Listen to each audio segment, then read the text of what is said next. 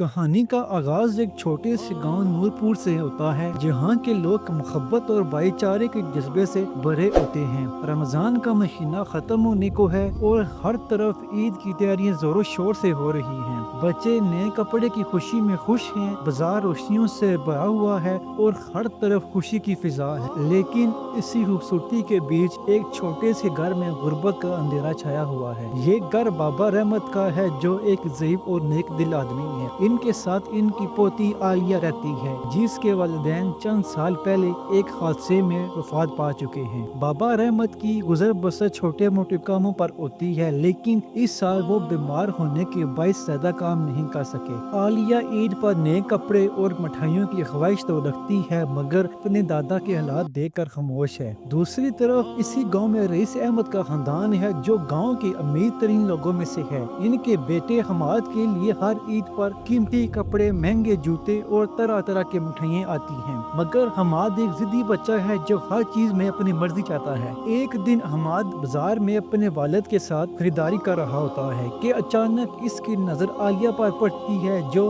حسرت بھری نظروں سے دکان کے شیشے سے اندر جھانک رہی ہوتی ہے۔ وہ ایک خوبصورت سبز رنگ کا جوڑا دیکھ رہی تھی جو شاید اس کو اچھا لگا تھا، مگر وہ خریدنے کی استطاعت نہیں رکھتی تھی۔ حماد نے یہ منظر دیکھ کر مگر نظر انداز کر دیا۔ عید کی رات آتی ہے، ہر طرف خوشی کی روشنی ہے، لیکن بابا رحمت کا گھر اندھیرے میں ڈوبا ہوا ہے۔ عالیہ چپ چاپ کھڑکی سے باہر جھانک رہی ہوتی ہے، دل میں یہ سوچ کر خود کو تسلی دے رہی تھی کہ اصل خوشی صرف نئے کپڑوں میں نہیں بلکہ اللہ کے شکر میں ہے۔ اسی دوران دروازے پر دستک ہوتی ہے۔ عالیہ حیرانی سے دروازہ کھولتی ہے تو سامنے ایک بڑا سا گفٹ پیک رکھا ہوتا ہے۔ وہ جلدی سے اندر لے کر آتی ہے اور بابا رحمت کے ساتھ اسے کھولتی ہے۔ اندر وہی سبز جوڑا تھا جو عالیہ کو بازار میں پسند آیا تھا، ساتھ ہی مٹھائیاں، جوتے اور ایک خط تھا۔ خط میں لکھا تھا، عید خوشیوں کا نام ہے اور خوشیاں بانٹنے سے بڑھتی ہیں۔ یہ تحفہ ایک چھوٹا سا دوست کی طرف سے ہے، دعا میں یاد رکھنا۔ عالیہ کی آنکھوں میں سے آنسو آ گئے، مگر یہ آنسو خوشی کے تھے۔ بابا رحمت نے بھی اللہ کا شکر ادا کیا اور عالیہ کو گلے لگا لیا۔ اگلے دن عید کی نماز کے بعد جب حماد اپنے والد سے عیدی لے رہا تھا تو عالیہ خوشی خوشی مسجد کے باہر کھڑی تھی۔ اس کی آنکھوں میں چمک تھی اور وہ اللہ کا شکر ادا کر رہی تھی۔ اسی دوران حماد نے دور سے عالیہ کو اپنے تحفے میں خوش دیکھ کر